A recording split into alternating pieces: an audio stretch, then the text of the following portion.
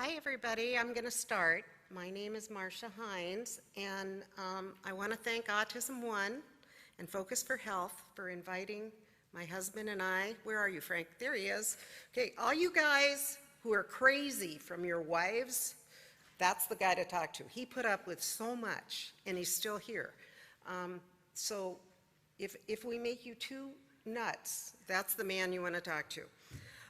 Autism One is one of the few nonprofit organizations that I contribute to, and the reason is because they make all these presentations taped and free and available on their website after it's done. And that costs a lot of money to do, so if any of you can throw in $1 or $2 and donate to the cause, that will make it so they can continue to do this, because this information is amazing. And also, because you're sitting here, you're missing Dr. Adams' talk, which is right across the way, and he's doing some amazing things for our kids. And I actually am working very hard to raise the money for his trials, because what he is doing is they're fixing all the stomach issues that our kids have. And there's a 45 to 70% decrease in symptoms with his research. Now, the FDA is going to fast track it, which is wonderful, but we still have to raise the money to do it. So if you're interested in helping raise the money, my husband has cards for that. And now I'm going to start, okay? I'm Marcia Hinds, and my claim to fame is I'm Ryan's mom. And what I want you to know is that children are recovering from autism, and yet the general public doesn't know that this is even possible. Make sure that you catch the documentary Restoring Balance, Autism Recovery at 5 o'clock on Saturday, because they have a lot of kids in there that have recovered.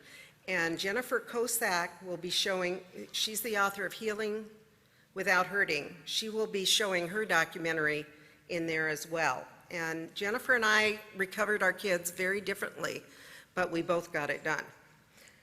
Today, my son works as an aerospace engineer at a major company. He has good friends, a typical life, and I want what happened for Ryan to happen for all kids. That's why all the money from my book and anything I do goes back to autism information and research. It goes to Terry, and it goes to causes like Dr. Adams. I do have to start this talk with a disclaimer that I don't have a medical degree, even though I think I do. And I can only speak about what helped my son the most.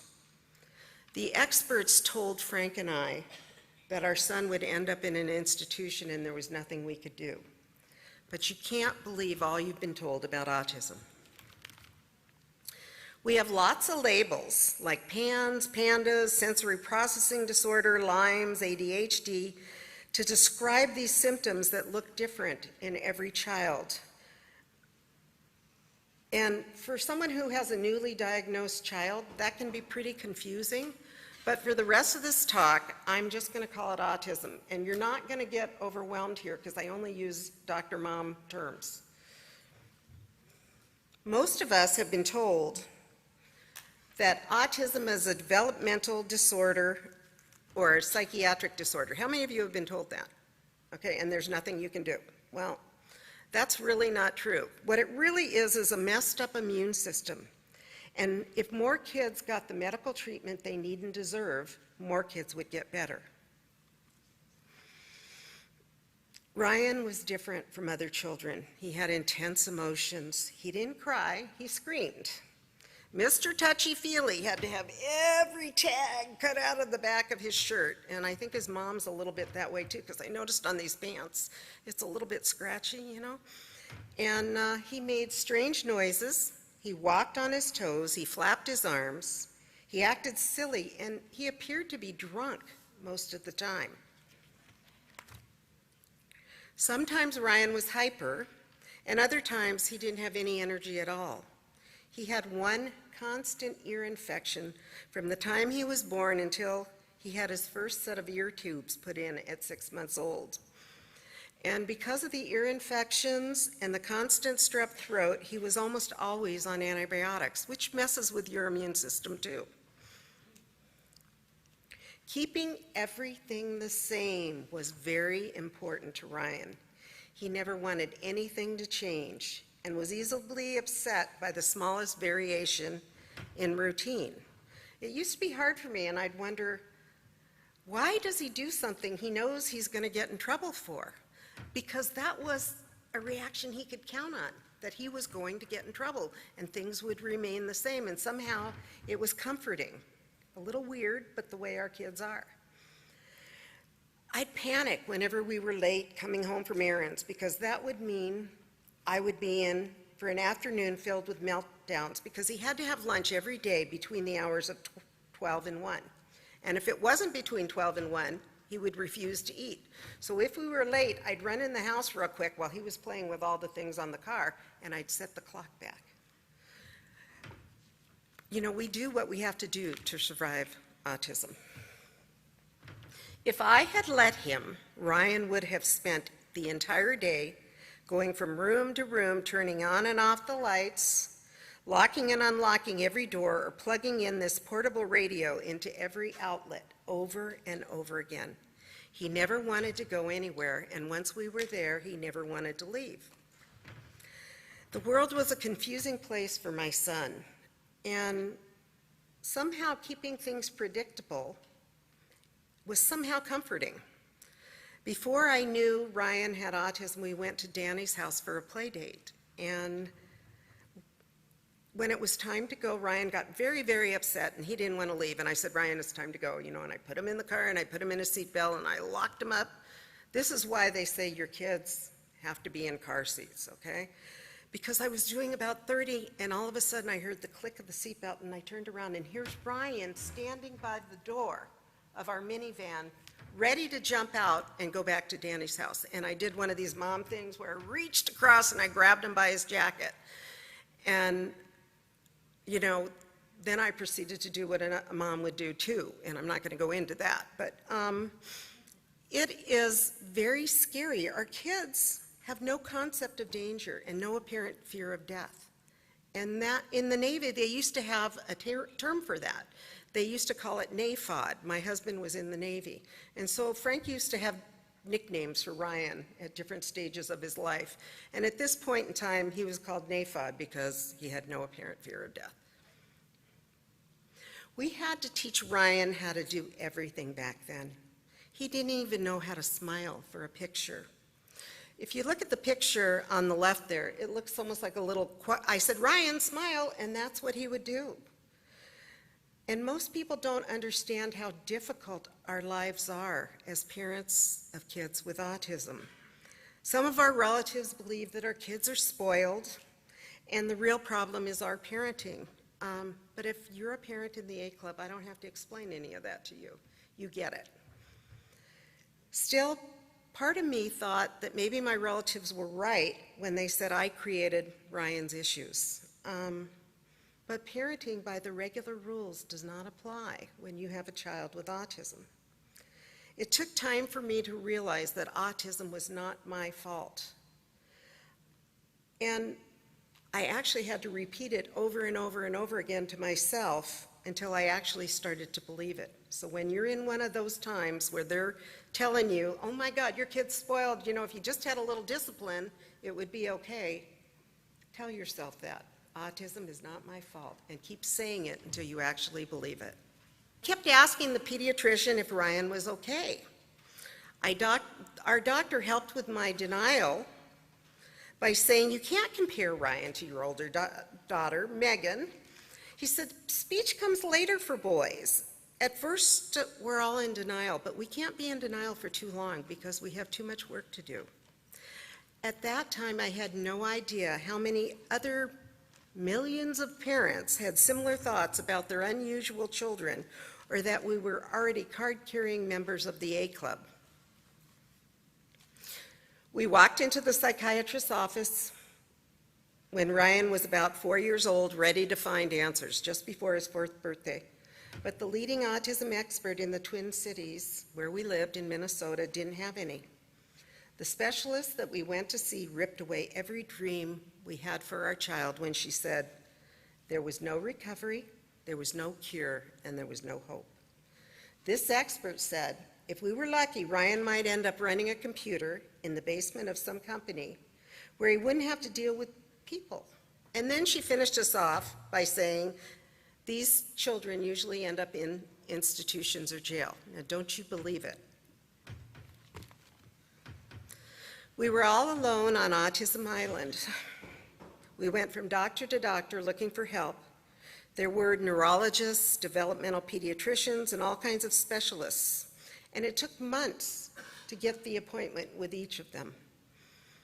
Most times, the physicians only spent minutes with us, and they never even examined Ryan, because as soon as they heard the word autism, they couldn't get us out the door fast enough.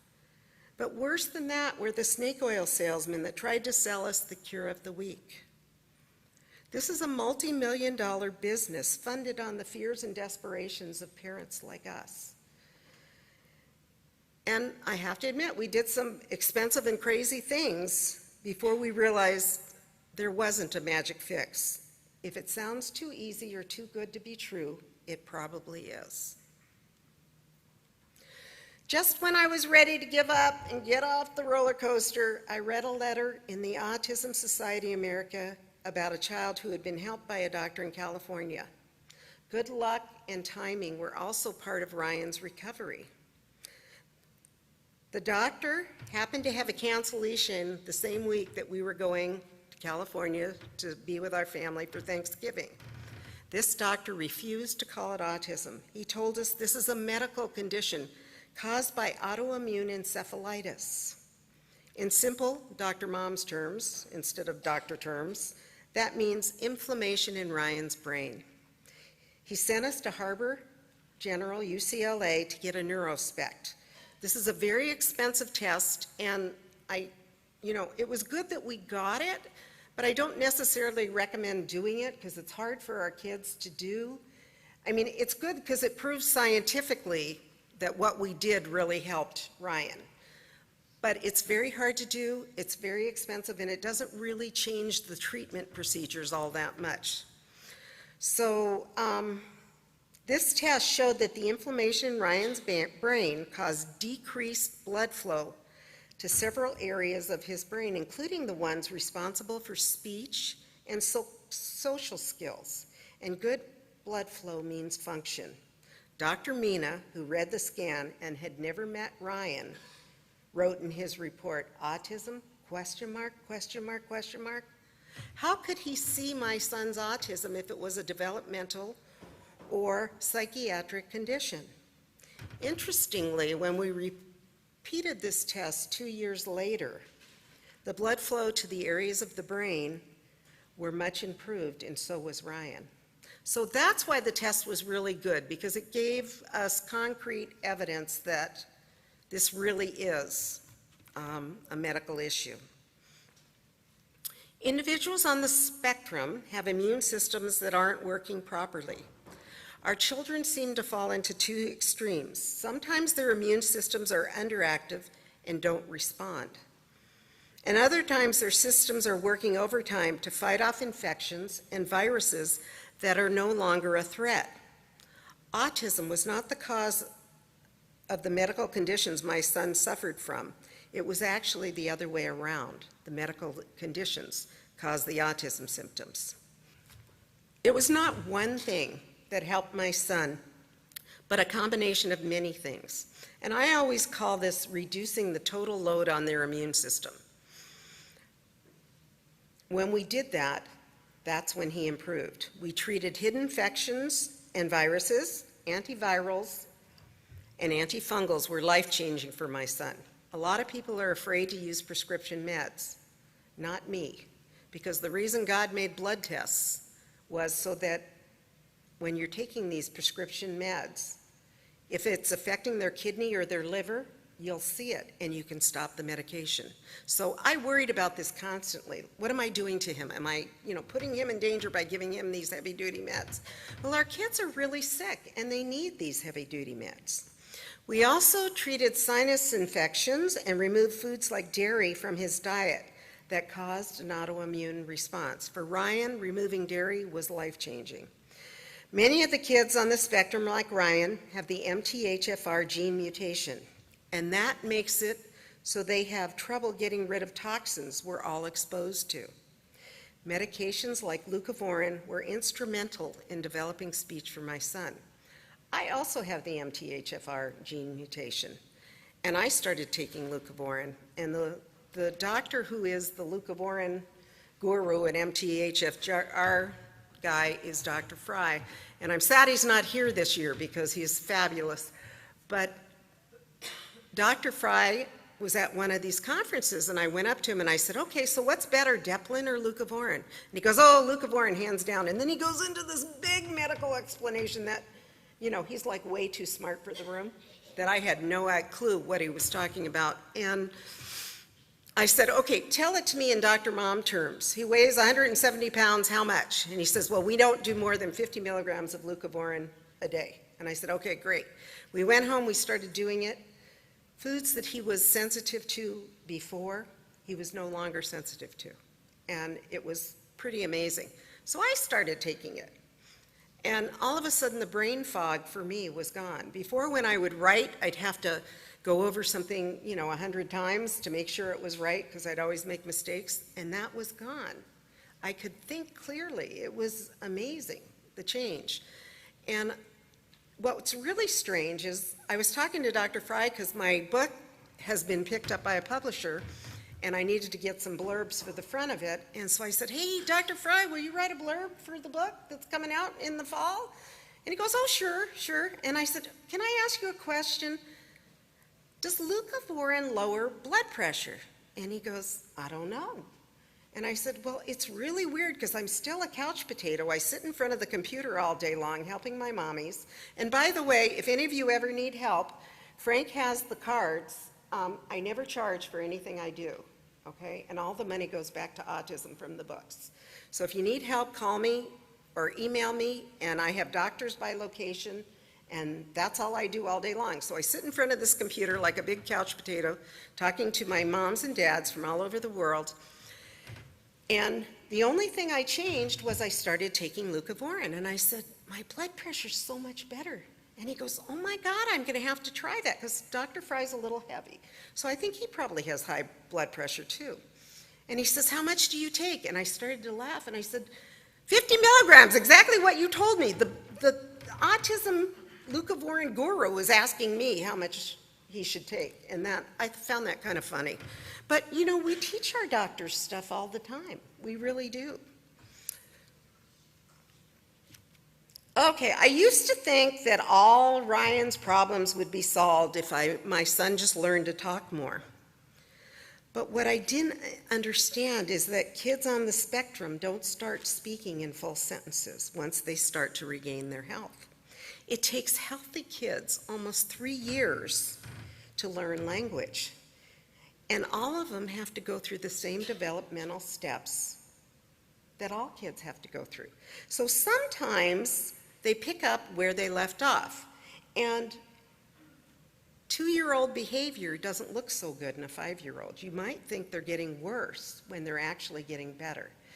They're getting better and they're starting to care about their surroundings. And so now they're going to demand things and want things. So keep that in mind. Motor planning things were extremely hard for my son. Riding a bike. They were so bad that I had to feed him till he was 7 years old. And that was because he couldn't decide what to eat when. After the antivirals came on board when he was about 10 years old, that got a lot better.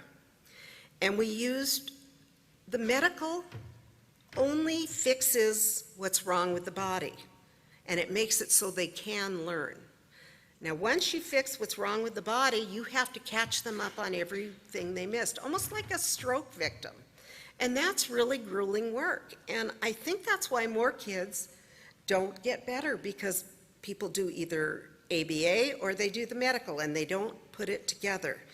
So we did our own version of ABA, and we used what Ryan loved or obsessed about to teach him.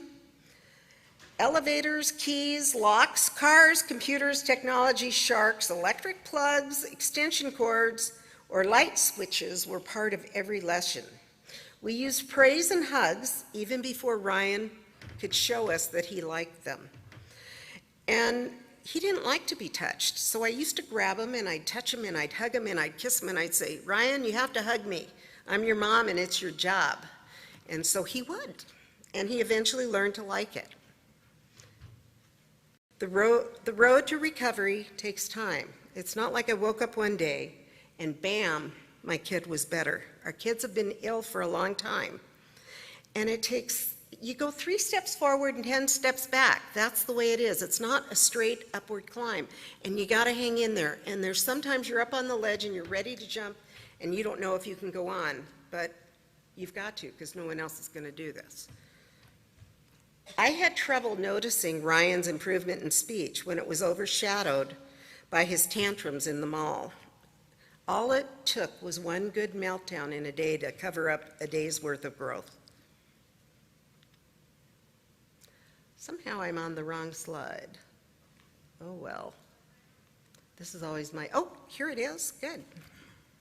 I always get worried that I'm gonna goof it up on technology, and I did.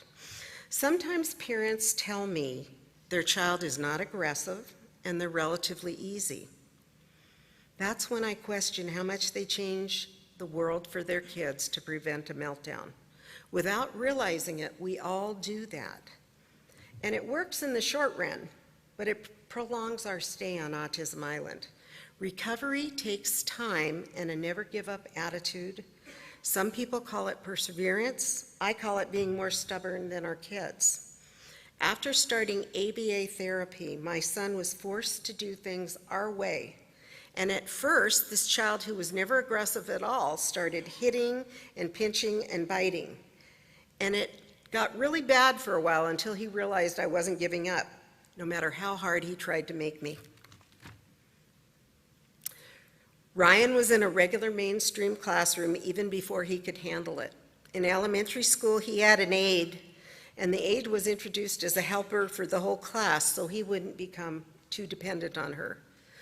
When he no longer needed help with academics, the aide was there to immediately correct his social blunders. He tested in the 3rd percentile for speech when he started kindergarten. He had a few words, but that was it. By 4th grade, Ryan was in the 85th percentile. At the start of every school year, I would write the teachers letters with bullet points of all the things he didn't know how to do, because I didn't want them to think he was just being a little brat and not complying. I think the letter kind of annoyed his teachers, but it was really, really important for me, because every year when I would write that letter, I'd sit down and I'd cross off the things that he had accomplished. And that's when I would realize how much and how far he had come.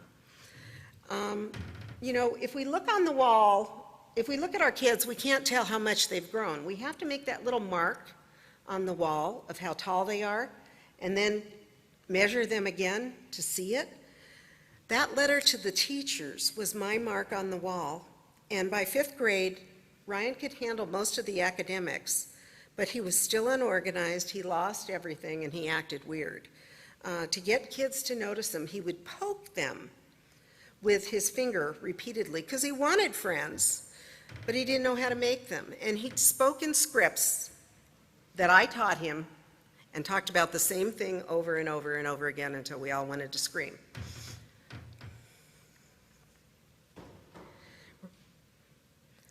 The loneliness that my son experienced was the hardest to watch. He really wanted friends.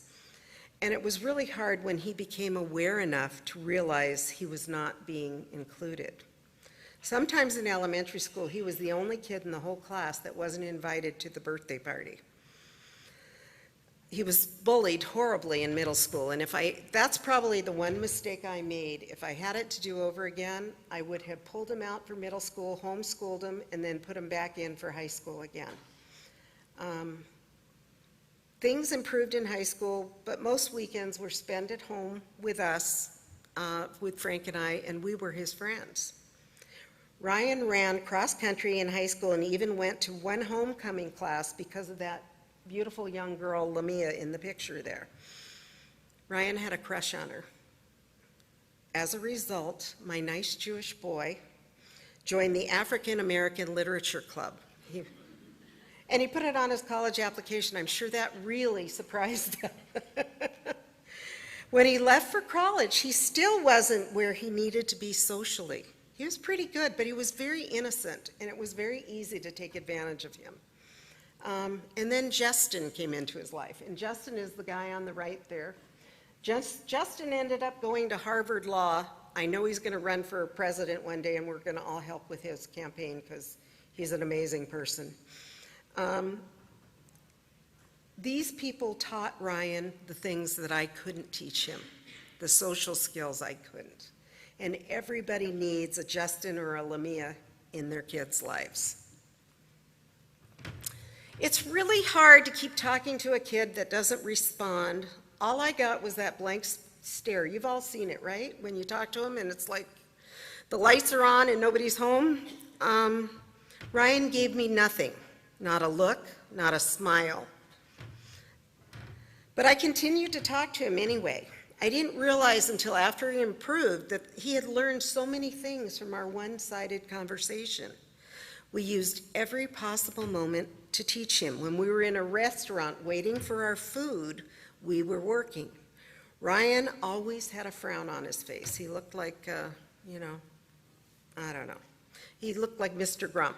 And we'd sit in the restaurant and we'd search around the room for people who looked approachable and happy. And I'd say, okay, so what makes them look nice? And he'd say, well, their eyes, their eyes and their mouth are smiling. And we practiced these things over and over again until he got it, until he realized how to smile. And working every waking minute was exhausting. When it all got to be too much, I would stop everything for a few days. And at those times, I needed to be his mommy instead of his teacher, his caseworker, and behavior therapist. Ryan needed that too. In hindsight, it looks like I had a master plan, but most days I was hanging on by my fingernails, just like all of you. I couldn't look too far ahead, or I might have given up. Recovery was one day and one behavior at a time. I was Chicken Little, and I always thought the sky was falling. I was nervous when I read about the possible side effects the medications could have on Ryan's liver and kidneys. And, I stopped worrying about that one when I realized that's what God made blood tests for. But that didn't stop me from worrying about everything else. And the hardest part, I think, of this diagnosis is to live with the fear for our children's future. Constantly, I would think about, will my child ever be able to live independently? Who will take care of him when my husband and I are gone? And when Ryan was in middle school, he was still quite affected. And my big dream at that time was that, gosh, I hope he can get a job at McDonald's and work and, live on his own. And who knew that he would grow up to be an aerospace engineer? And these crazy thoughts made me insane with worry. I went so far as to pick women for my husband to marry if something happened to me. How crazy is that? I wanted someone to love my son, warts and all, if I couldn't be there. And Frank complained a lot because there was only one that was really good looking, and that was our hairdresser, but the rest of them, not so much. There was a lot of arguments and family tension. My husband was convinced I was too soft, and I knew he was too tough. The constant stress is hard on a marriage. We almost didn't make it. I didn't include my husband as an important member of Ryan's team. I just wanted him out of the way so I could fix the kid. And what I didn't realize is if I didn't start treating him the right way, he wouldn't be there to bring in the bacon so I could fix the kid. So it's important that you include your husbands and wives as an important member of the team. all I thought about was helping Ryan. And when I was done thinking about that, I thought about my daughter Megan, and am I screwing her up by trying to fix Ryan? You know, we're just crazy, and that's why I think they think us moms are nuts, and we are. This diagnosis makes you a little crazy. Fortunately, my husband didn't give up on us, and no matter how many times I pushed him away, he hung in there.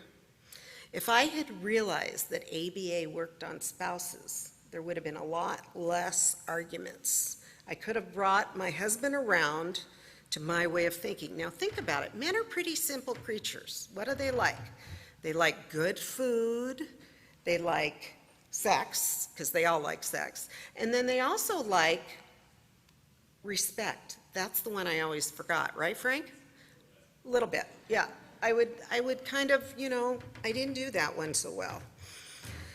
If I had shown my husband the kind of time appreciation and respect he deserved, things would have been a lot easier. You know, I forgot that he loved Ryan too. And, you know, it was so hard because I was so busy being mama bear trying to protect him from everybody, including his own father, that I forgot to do that.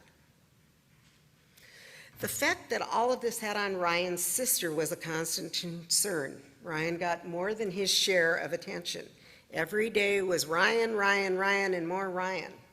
And to counteract that, we made Megan part of the solution. We put Megan in charge of pretend play, and we actually paid her to do that. That made her feel valued, important, and part of the team. And she was probably one of the most effective and inexpensive therapists that we ever had. We also had a date every Saturday night, Megan and I. And all week long, we would whisper and plan for that date, and we would stash all the food and candy and treats that Ryan wasn't allowed to have all over the house. And when Saturday night would come, Frank would say to Ryan, "Hey, Ryan, do you want to go to the hardware store and look at the plugs and the outlets?" That was the only way he could get him out of the house without me. And Ryan would say, "Yeah, Dad, yeah." And they'd hop in the car and they'd go off for an adventure. And Megan and I would sit on the couch and we would watch this god-awful program called Dr. Quinn, Medicine Woman, her favorite show. And I pretended I loved it as much as she did until our stomachs ached. And it's kind of funny because, you know, we always name our dogs after famous people. You know, right now we have Marty McFly and Madeline Kahn. Before that we had Luke Skywalker, and Megan had Stevie Nicks as her dog, but her current dog is called Dr. Quinn, Medicine Woman, and she calls her Quinny, because this is how important this was to her.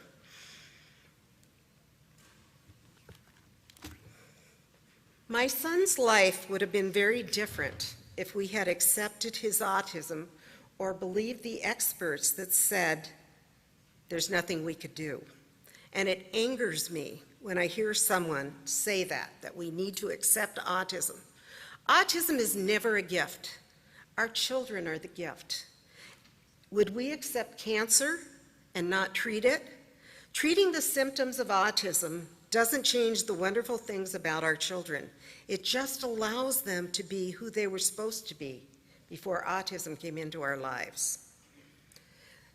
This is a picture of Ryan on the cover of the Autism Eye magazine, and he wrote an article for them. It's on my business cards are here. It has my home phone, it has my house phone, my cell phone, has my website. If you go on the website, you can read the whole article if you click on that picture.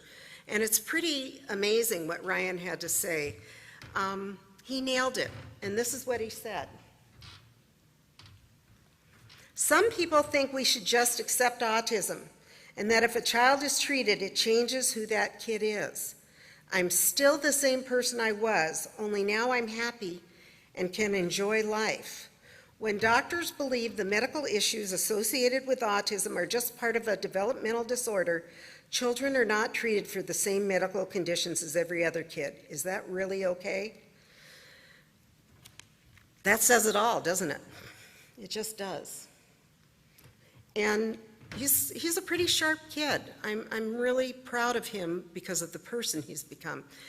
And if you email me or call me, I have doctors by location. I have things all animated to save you time, because I was all alone on Autism Island, and I don't want anyone to feel that alone again. Okay, on some of those difficult days, all I could do was take a deep breath and tell myself I'll try again tomorrow. It's been over 25 years since Ryan was diagnosed, and finding doctors who treat autism medically continues to be one of our biggest challenges. I'm so thrilled with what Dr. Adams is doing, and this is why I'm working so hard to help raise the money for him.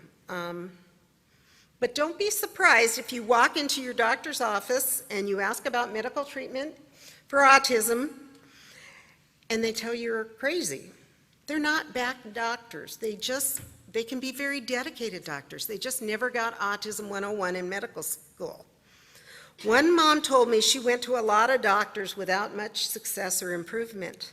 But after she found the right doctor, her son went from saying yes and no to speaking 3-word sentences and making huge gains. And it's also important to note that equal effort doesn't guarantee equal outcome.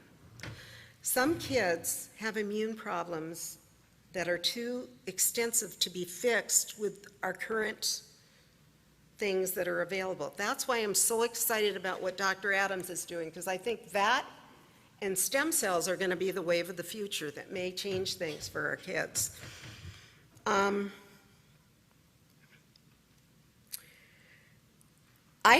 I know families who have worked as hard as I did without the same results, okay? So I do want to say that. You know, we don't have the end-all be-all. There's lots of different ways to do it. Jennifer Kosak, who wrote Healing Without Hurting, did it all with supplements. I'm not a supplement kind of girl, but she got it done. And it doesn't matter how you do it as long as you get it done. It's the end result that's important. Some of the kids can stop these heavy-duty meds when they start to get better. My son is not one of them.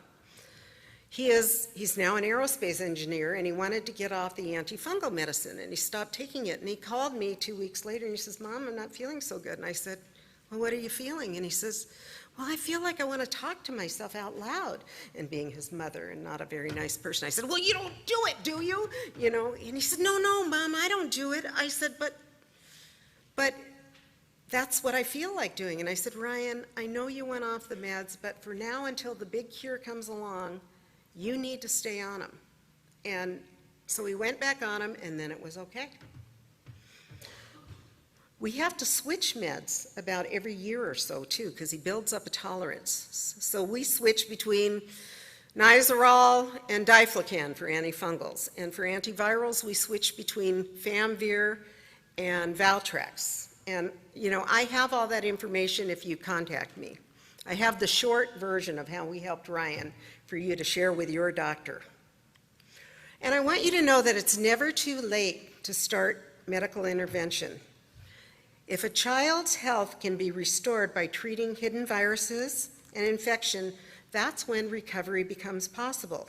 Anne Milan wrote this book, Autism, Believe in the Future, From Infancy to Independence.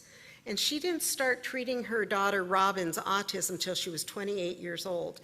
And when she started, what she wanted to do was to stop the self-injurious and the screaming. She had self-injury type behaviors, and she would scream all day long. Now Robin works as a cashier, 30 hours a week. She drives. She lives independently down the street from her mom, and I just talked to Anne the other day on the phone, and Anne's starting to have macular degeneration because she's getting older. She says, "Well, Robin's taking care of me now," and we thought that was pretty cool. She has this book available free on her website. Okay, mark down the title, Autism, Believe in the Future, Anne Milan, and you'll find her website, and you can read it free there. And she's also on Facebook and helps a lot of people.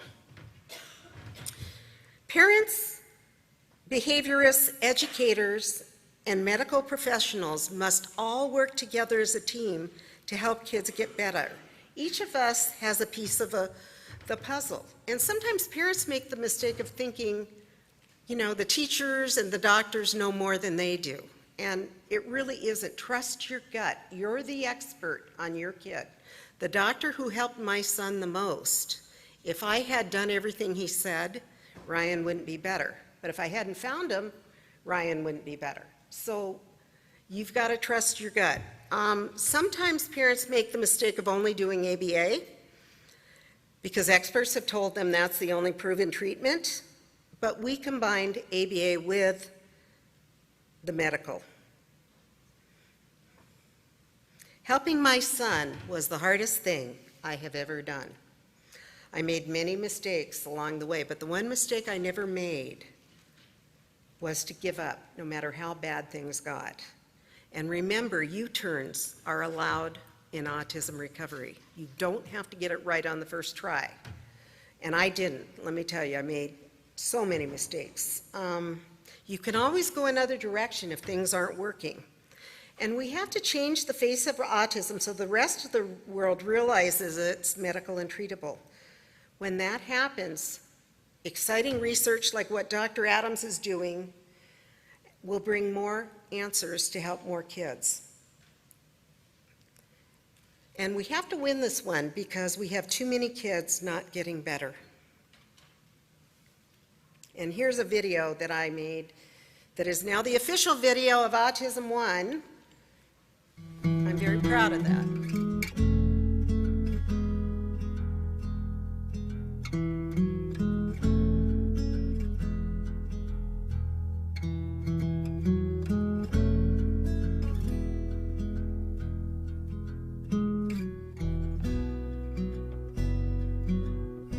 When I look into your eyes, it's like watching the night sky or a beautiful sunrise.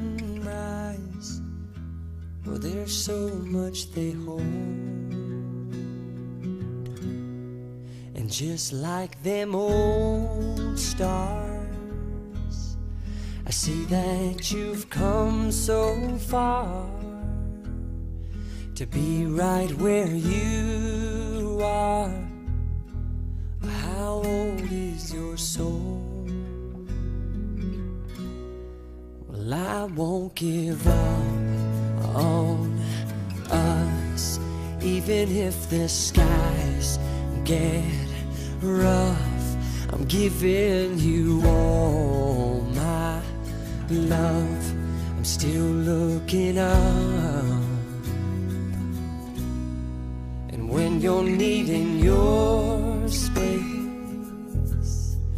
to do some navigating, I'll be here patiently waiting to see what you find. 'Cause even the stars, they burn, some even fall to the earth. We got a lot to learn. God knows we're worth it. No, I won't give up. I don't want to be someone who walks away so easily. I'm here to stay and make the difference that I can make. Our differences, they do a lot to teach us how to use the tools and gifts we got here. We got a lot at stake. And in the end, you're still my friend. At least we did intend for us to work. We didn't break, we didn't burn. We had to learn how to bend without the world caving in. I had to learn what I got and what I'm not, and who I am. I won't give up on us, even if the skies get rough. I'm giving you all my love. I'm still looking up, still looking up. Well, I won't give up on us. God knows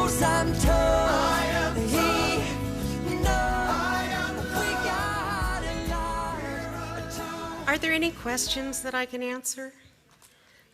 Would you mind going to the microphone so that it's on the video for people who can't make it here? I'm just curious, where can we access that video? It's on my website. I will give out we will have the cards. Okay. And yes, please use it, please Yeah. spread it. And if anybody knows Jason Mraz, I sure would like him to do it at his concerts, beautiful. don't you think? Then we'd get all the money. What? There's cards in the back on the tables, my husband says, and he knows. Any other questions? Is that it? Okay, oh wait, here comes one. Hi. It's Nira from Philly. Hi. I want to ask you, in terms of for teens, what can we do now to start giving them the empowerment in part of their treatment? Because what I'm finding with food, like my son, for those of you who don't know me, my son's 15, fell into autism, vaccine injury at 19 months, and I've been on this road to recovery for a long time. I came here 6 years ago. And he's gone through pandas. Anyway, the question is that once they're like 10, 11, they want to be independent. That's where we want them to be. But then he's fighting of not wanting to keep diet. He was keeping a diet since 3 years old. So I feel we need to empower them and bring them together, just like we're bringing us parents together. Are there any initiatives, or would you be willing to be involved in an initiative on that? It's really hard. Now, for me, what I did was I kept his diet very clean at home, because that's all I could control. But if there was a special occasion at school, I'd say, okay, go ahead. And then I'd have to deal with the aftermath. But what I would do is exercise and water are really important to get rid of when they have something they shouldn't have. Now, think about it. When you have an allergic reaction and you go to the emergency room, what do they give you? Adrenaline. What does exercise do? It speeds up your metabolism. It gets rid of the stuff faster. For Ryan, exercise was key, and he did it every day. For him, swimming was amazing. He still surfs today. So, I struggled with it as well. So the Wi-Fi tends to add. You know what? I didn't worry about that. I had too many other things to worry about. If you read everything that can affect our kids with autism. I know, because I see it, but I hear what you're saying, because in the summer, when he's outdoors and he's been at camp every summer, that's when he thrives, in the summer Right. outdoors. So just And incorporate we more used to movement. live in Minnesota, so it was really hard to find the exercise in the winter. So what we did is we hung out at the McDonald's play yards. We got a membership at a pool that was an indoor pool. And, that's what we did. And exercise is key, and water is key. And if you have them on the medications that I'm talking about, which, if you But we did medications, whichever regimen a person chooses. Yeah. Well, if you have them on those medications, if you email me, I will send you the short version of how we helped him fully recover to become an aerospace engineer and have friends and do all the things. This summer, he's so funny because some of his best friends at work are these 60-year-old women engineers, okay? So he's going traveling with them this summer. And they're going to Turkey and they're going to Istanbul. And traveling with Ryan is such a trip because, he still has enough of that autism that he looks at the minutia, and he finds all the interesting places to go to. We went on a cruise once, and there was an excursion to Celulita, which was a surf town, and he loves surfing. And he says, Mom, I'm thinking about that. And I said, okay. So I checked into it, and it was $70 a person to get on a bus and go to this town. He goes, oh, no, Mom, we don't need to do that. If we just go to the Walmart and pay $5, we're going to get on a bus. And we were on a bus with the chickens and the mariachis, and it was so fun. It was really fun. You get to see the other side of life when you go on a vacation with Ryan. He's terrific. I think we're running out of time. What I do want to tell you is my book was picked up by a publisher. It's called I Know You're In There. The Kindle version, the old Kindle version, is still online right now. They haven't made me take it down. I thought they would, but they haven't. So that's the only thing you can get because I'm out of the print books. And it really is the short version and the roadmap to helping your kids, because I made so many mistakes. And the reason I wrote it was to keep you from making the same mistakes I did. Our kids can get better.